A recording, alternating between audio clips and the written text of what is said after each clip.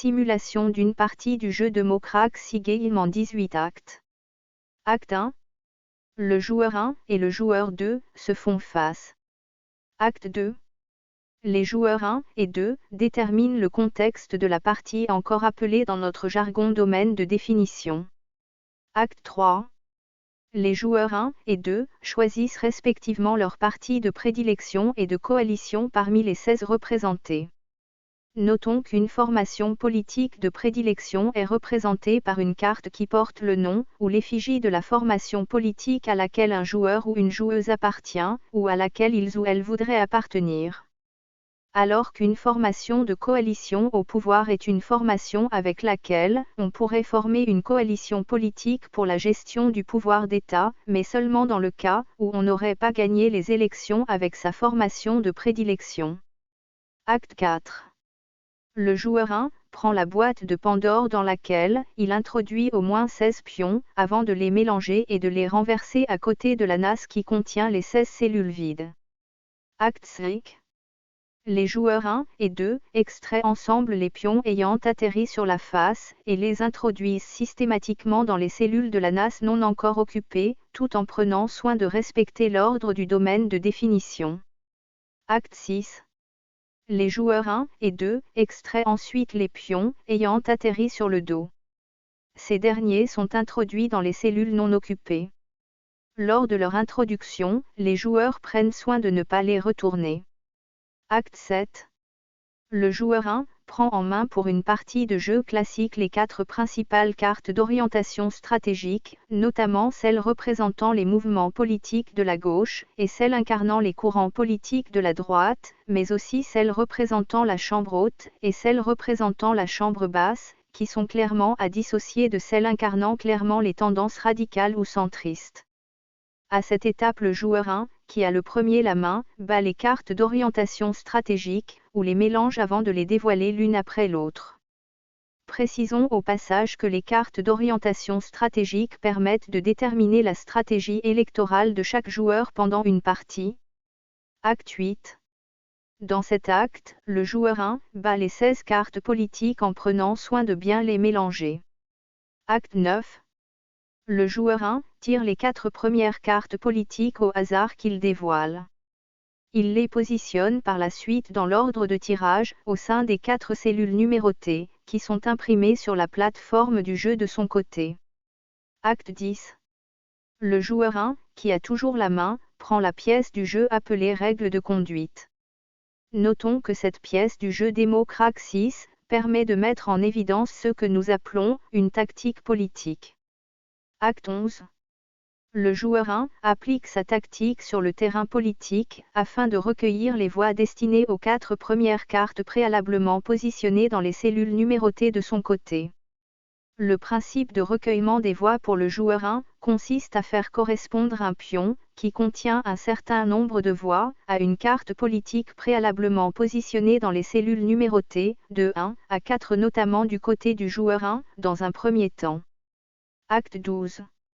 Le joueur 1 passe ensuite la main au joueur 2 en face de lui, en lui transmettant au moins l'ensemble des 4 cartes d'orientation stratégique, ainsi que les 12 cartes politiques restantes, mais aussi la règle de conduite, afin que ce dernier à son tour détermine, d'abord dans l'ordre sa stratégie politique, ensuite batte campagne, c'est-à-dire qu'il batte les cartes politiques, et enfin applique sa tactique politique, en attribuant des voix aux 4 premières cartes politiques dévoilées et positionnées par lui dans les 4 cellules numérotées de son côté.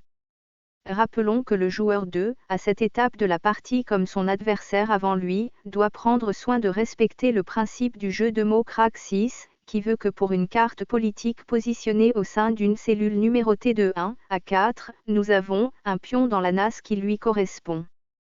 En l'occurrence, comme le joueur 1 l'a fait avec la première, la deuxième, la troisième et la quatrième carte politique, qu'il a préalablement mélangée et positionnée dans les cellules numérotées de son côté, le joueur 2 doit tirer au sort et positionner la cinquième, la sixième, la septième et la huitième carte de ce duel. Ainsi, il y aura pour chaque carte représentant soit un parti politique un pion, qui sera extrait de la NAS par le joueur 2, en vue d'établir une correspondance de voix électorale avec chacune des 4 cartes politiques, tirées au sort et positionnées dans les cellules numérotées de 1 à 4 du côté du joueur 2 qui a toujours la main. Acte 13. Dans le 13e acte, le joueur 2 repasse à son tour la main au joueur 1 en lui transmettant d'abord au moins l'ensemble des 4 cartes d'orientation stratégique, ensuite les 8 cartes politiques restantes post-8e tirage et enfin la règle de conduite, afin que ce dernier qui reçoit ces 3 éléments détermine en ce qui le concerne une dernière fois, dans l'ordre sa stratégie politique, sa tactique politique, et avant bien sûr qu'il ne décide de repartir en campagne électorale. Rappelons à toutes fins utiles que dans notre jargon de gamer, repartir en campagne équivaut à battre de nouveau campagne, c'est-à-dire se mettre à battre de nouveau les cartes politiques que l'on a entre les mains. Rappelons aussi que dans le cas du joueur 1, cette reprise de campagne consiste à battre les 8 dernières cartes politiques restantes que le joueur 1 a désormais entre les mains.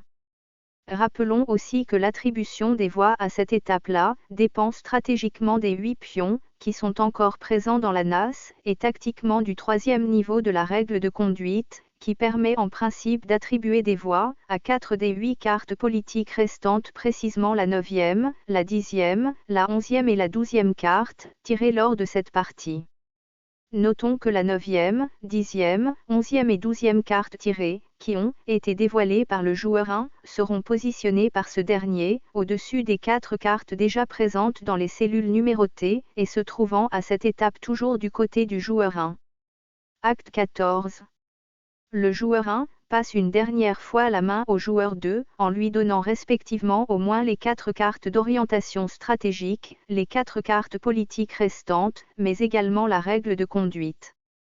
Nous rappelons à tous que la pièce du jeu appelée règle de conduite ici, permettra au joueur 2 de déterminer une tactique politique qui peut s'avérer performante. Mais nous précisons aussi que le joueur 2 devra s'appuyer pour ses 13e, 14e, 15e et 16e tirages des cartes politiques, mais également sur le 4e palier de l'unique règle de conduite utilisée successivement par les 2 joueurs depuis le début de cette partie. Acte 15.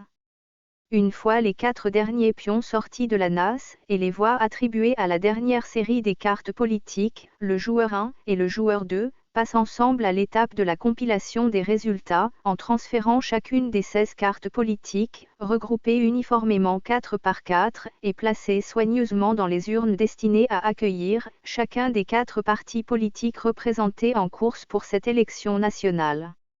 Acte 16. Le joueur 1 ou 2 procède à la proclamation des résultats issus des urnes, en annonçant publiquement le vainqueur de l'élection présidentielle organisée dans la NAS.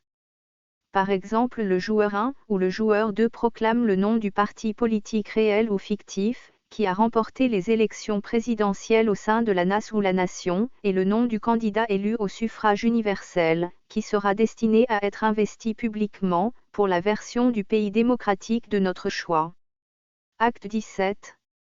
Le vainqueur prend ses fonctions symboliquement en recevant les cartes puissance, les cartes fonctions affines, les cartes variables, mais aussi les cartes accords et désaccords, qui sont des instruments essentiels au service de l'autorité et du pouvoir établi par Dieu pour diriger l'humain sur la terre de manière rationnelle et dans le strict respect du droit. Après cela, le président élu et investi devant Dieu peut désormais s'atteler à introduire des propositions de loi au sein du Parlement national. Par ailleurs, précisons que le président fraîchement élu et nouvellement investi devra introduire au moins 5 propositions de loi phares, respectivement sur le plan politique, économique, social, environnemental et religieux. Acte 18. En qualité de président de la NAS et de chef de l'État, le joueur qui est le vainqueur de cette élection présidentielle instruit dans un premier temps le perdant, afin qu'il puisse résoudre au moins un des 5 problèmes portant sur chaque loi préalablement introduite par lui-même, en vue d'une application potentielle dans la vie réelle des populations ou des institutions du pays.